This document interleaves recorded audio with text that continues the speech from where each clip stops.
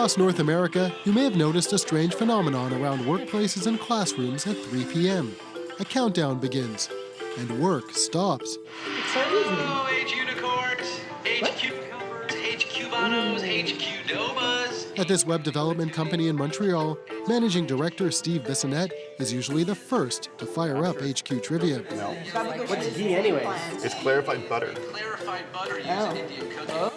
These apps, which seem to play on live participatory events, are becoming more and more popular. The trivia game show you play on your phone where you answer questions to win cash. I'm your host. The concept is simple. Twice a day, in the afternoon and evening, HQ Trivia host Scott Rogowski asks 12 multiple-choice questions. It's a pocket full of what? Fire hydrants.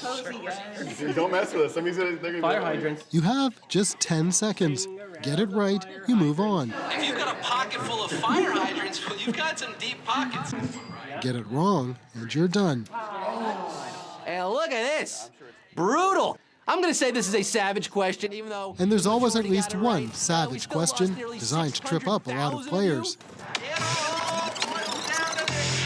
But if you make it through all 12, you have a shot, albeit a long one, of making some cash. Who's going to make that money move? Launched in August, it's become a phenomenon. The prize money ranges from $2,500 to up to $20,000. It was $15,000 on a recent Sunday night when 1.6 million people started the game, but only 7, including this guy, got every question right and split the winnings.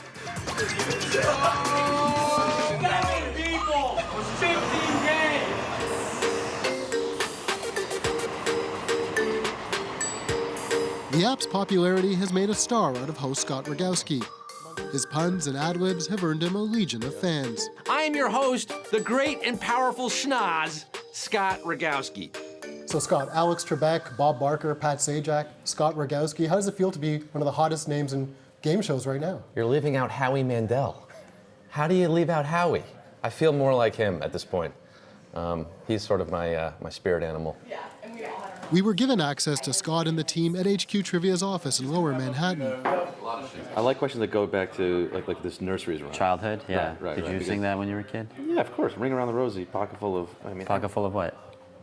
diapers. No. Diapers. Fire hydrants. Right. No. Hours before they go to air, Rogowski, along with app co-founder Russ Yusupov and content director Nick Gallo, review the day's questions and plan some of the performance. Should we throw a little stab at Ryan Lotke? He's the correct answer. Every show has a team of writers, producers, and fact-checkers, making sure each question is fun, challenging, and most importantly, leaves no doubt about the answer. We want to make them bulletproof so there can't be any wiggle room for people complaining. People like to complain. So yeah, there's a lot of work that goes cross-checking, double-checking, and then ultimately putting the show together. Stumping the masses is especially challenging when the very device players are using is also a tool to find the answers. Yeah, I mean, this is a modern trivia game for the modern player, and Google is in our lives. If you can Google an answer within 10 seconds, well, kudos to you. I mean, maybe you deserve something there. All right, cats and kittens, friends who roam this country, and I am still your host, Paul Paquette, and this is Trivia Night at P's and Q's. Hey there. How are you? One player who doesn't need a search engine is Canadian Paul Paquette. He's hosted trivia nights in Ottawa bars for 20 years. Although he had one of the best post-American Idol careers, Adam Lambert actually lost his season to whom? He estimates he's written more than 100,000 multiple-choice questions. So it's no surprise that he's one of HQ's top players. And they do pay you in US, which is nice, because the $500 that I won paid for a trip to New York for my birthday. So. Yeah, see, Paul Paquette, we salute you. Oh, Canada. The tricky thing with HQ is nobody's ever going to know all 12 questions. The skill you need is to be a good guesser.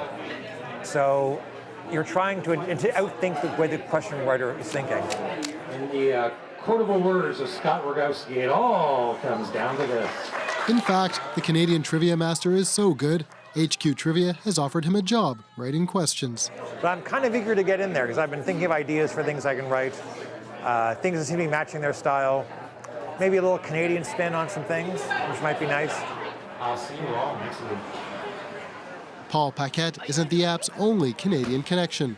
Bringing the trivia fire from the greatest city on earth, the city that never sleeps, Guelph, Ontario. You throw in a lot of Canadian references. Tell me about that. What's your connection to Canada? 2005 is really where it coalesced. I was working for a trucking company, a summer camp. I drove a truck from Montreal to Calgary, and I hit everywhere in between. I mean, we're talking Sudbury, Thunder Bay, Sault Ste. Marie, Nipigon, Regina, Winnipeg, Saskatchewan. I mean, that's a whole province. I don't think I got to Saskatoon, but Medicine Hat for sure. Q4, which of these outfits can be defined as a Canadian tuxedo? Scott Rogowski's trivial knowledge of Canadiana aside, industry watchers say the biggest question for HQ Trivia is if it can keep up the momentum and eliminate all the app's many glitches and crashes. And like the Wright brothers trying to get that first plane off the ground, there were a lot of crashes before they got airborne. Right now, HQ doesn't make money. The venture-backed company is hoping to keep building up audience numbers and the app's value. But CEO Russ Yusupov hints commercials could be on the way and possibly bigger payouts. You know, sponsors and advertisers are reaching out. They do want to get involved, and we'd love to give away $1 million one day. I think we're getting close. So could that be enough to keep the app's fans interested long term? Well, if the reaction to winning $11 is any indication, that's an easy answer. Stephen D'Souza, CBC News, New York.